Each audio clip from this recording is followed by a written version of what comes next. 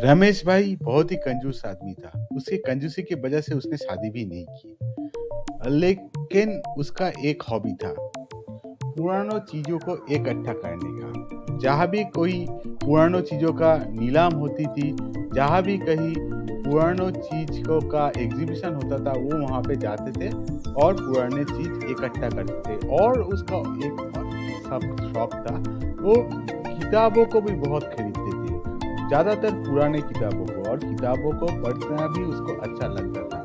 ये किताबें खरीदना और पुरानों चीजों को इकट्ठा करना, मतलब कि एंटीक पीसों को इकट्ठा करना, यही था उसका हॉबी। इसके अलावा उसका कोई हॉबी नहीं था, कोई शौक भी नहीं था, उसका कोई नशा भी नहीं था। वो बहुत ही कंजूस किस्म का आदमी थे, और उसका एक बिजनेस था, और उसका डेली रूटीन कुछ ऐसा था। अब आगे।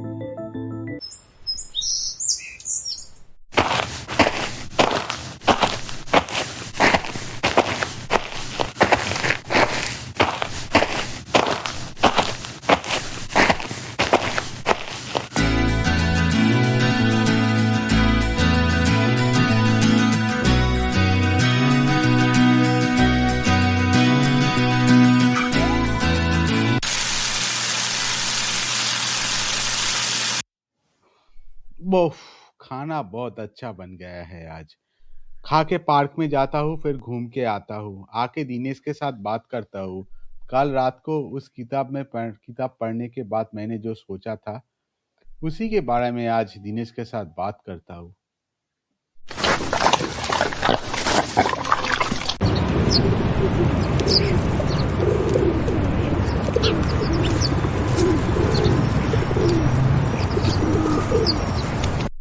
दिनेश भाई, मुझे एक किताब लिखना है भूतों के ऊपर। बहुत दिनों से मैं तो ये किताब पढ़ रहा हूँ। एंटीक चीजों का शौकीन हूँ।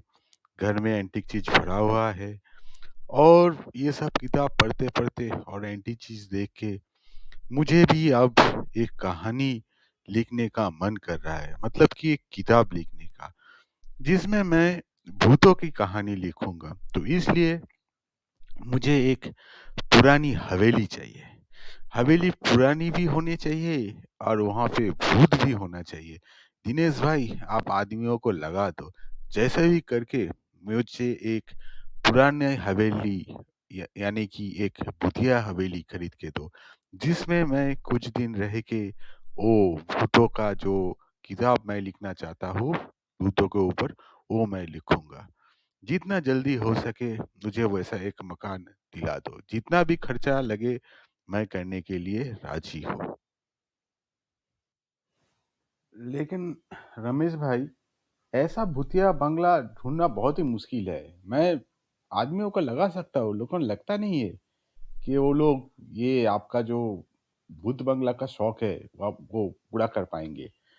हमको लगता है आप एक काम कीजिए, अखबार में इसको, मतलब एक इश्तिहार दे दीजिए, जहाँ से लोगों को पता चले कि आपको आपको आप ऐसा मकान ढूंढ रहे हैं, आपको ऐसा मकान चाहिए, तो लोग किसी के पास ऐसा कोई मकान का मतलब खोज होगा, तो आपको वो लोग कांटेक्ट कर लेंगे।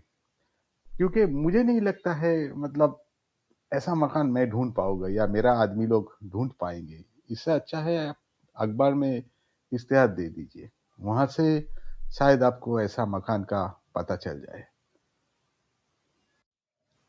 ठीक है दिनेश भाई, आप बोल रही हो तो मैं अखबार में इश्तिहार दे देता हूँ। आज ही देखता हूँ ऐसा मकान मिलता है या नहीं।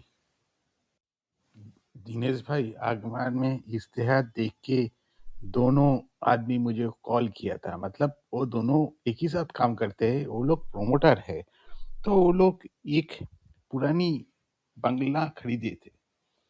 तो अफवाह है कि उस बंगले में भूत रहता है, तो वो लोग उसको तोड़ के फ्लैट बनाने का कोशिश कर रहे थे कि अचानक से एक्सीडेंट होके दो चार मिस्त्रियों का उधर ही मौत हो गया। उसके बाद वो लोग काम रुक दिया, और फैसला किया कि उस बंगले को वो लोग बेच देंगे। तो मैं कल उस बंगले को देखने जाऊँगा।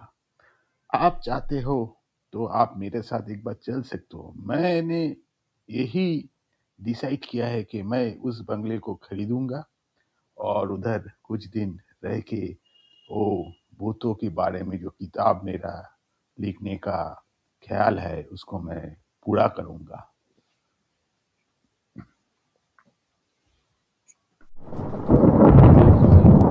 यही है वो बंगला, जिस बंगले के बारे में आपको मैंने बताया था। हम लोग आप पहुँचे इस बंगले पे। देखिए बंगला कैसा लगता है आपको? बताइए, बताइए, बताइए। घबराए मत, बताइए, बताइए। हाँ, देख लीजिए ठीक से और बताइए मुझे कैसा लगता है बंगला। रमेश भाई मुझे तो यहाँ आते ही डर लगना शुरू हो चुका है। पता नहीं इस बंगले के अंदर भूत है कि नहीं, लेकिन ये बंगला देख के तो पूरा भूतिया बंगला ही लगता है और इतना डरावना है यहाँ का माहौल।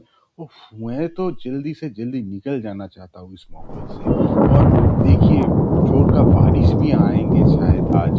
देखिए कैसे बिजली गरज रहा है। आप जल्दी से यहाँ से निकलने की बंदोबस्त कीजिए। ठीक है, आपके लिए ऐसा ही मकान बहुत अच्छा होगा क्योंकि आप तो ऐसा ही मकान चाहते थे जहाँ पे आस-पास में कोई ना हो, जहाँ पे डरावना वाला माहौल हो और एक ऐसा ही हवेली जो पुरानी भी हो और जिसमें अफवाहें भी हो। लेकिन मैं आपको एक बात बोलता हूँ, आप यहाँ अकेले रह के अपना लाइफ रिस्क कर रहे हैं। यहाँ पे अकेले रहना बहुत ही मतलब चिंता की बात है। आप एक सिक्योरिटी के हायर कर सकते हैं 1 महीने के लिए, क्योंकि कुछ आपको हो भी जाएगा तो मतलब आप कुछ भी नहीं कर पाएँगे क्योंकि यहाँ से तो मोबाइल का नेटवर्क भी ठीक से आता नहीं है। ये कितना डरावने वाला माहौल है, कितना डरावने वाला जगह है। सचमुच आपको तो मतलब आपका क्या मैं बताऊँ, आप सचमुच के जीनियस हो। आप कैसे-कैसे करके आपने ऐसा एक हवेली ढूँढ लिया ना, जहाँ जहाँ पे आते ही लोगों को डर लग जाएँगे।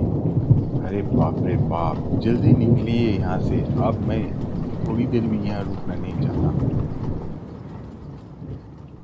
और उसके बाद रमेश भाई वही हवेली पे रहना शुरू कर दी।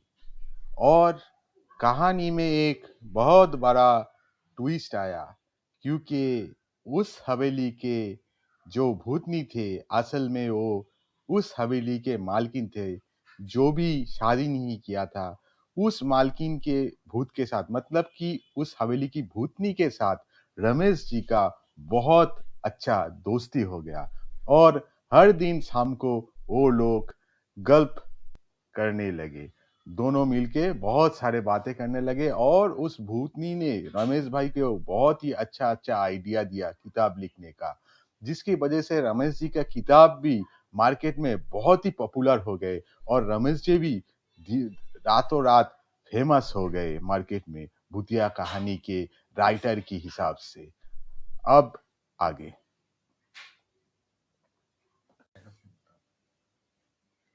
सच बताओ रमेश, इतना दिन मेरे साथ रहने के बाद तुम्हें मुझसे प्यार हो गया है कि नहीं?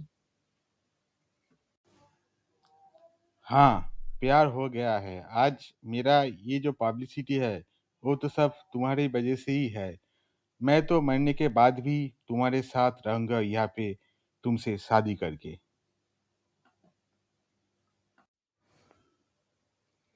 जो काम मरने के बाद करना चाहते हो, वो काम अभी भी हो सकता है। तो मुझसे अभी से ही शादी कर लो। इसमें कोई परेशानी नहीं है। उसके बाद रमेश भाई ने उस भूतनी के साथ शादी कर ली और खुशी-खुशी उन लोगों की ज़िंदगी उस हवेली पे बिताने लग गई। यही था रमेश भाई की भूतिया हवेली की कहानी। अच्छा लगे तो ज़रूर चैनल को सब्सक्राइब कीजिएगा ऐसे और नए कहानी के लिए।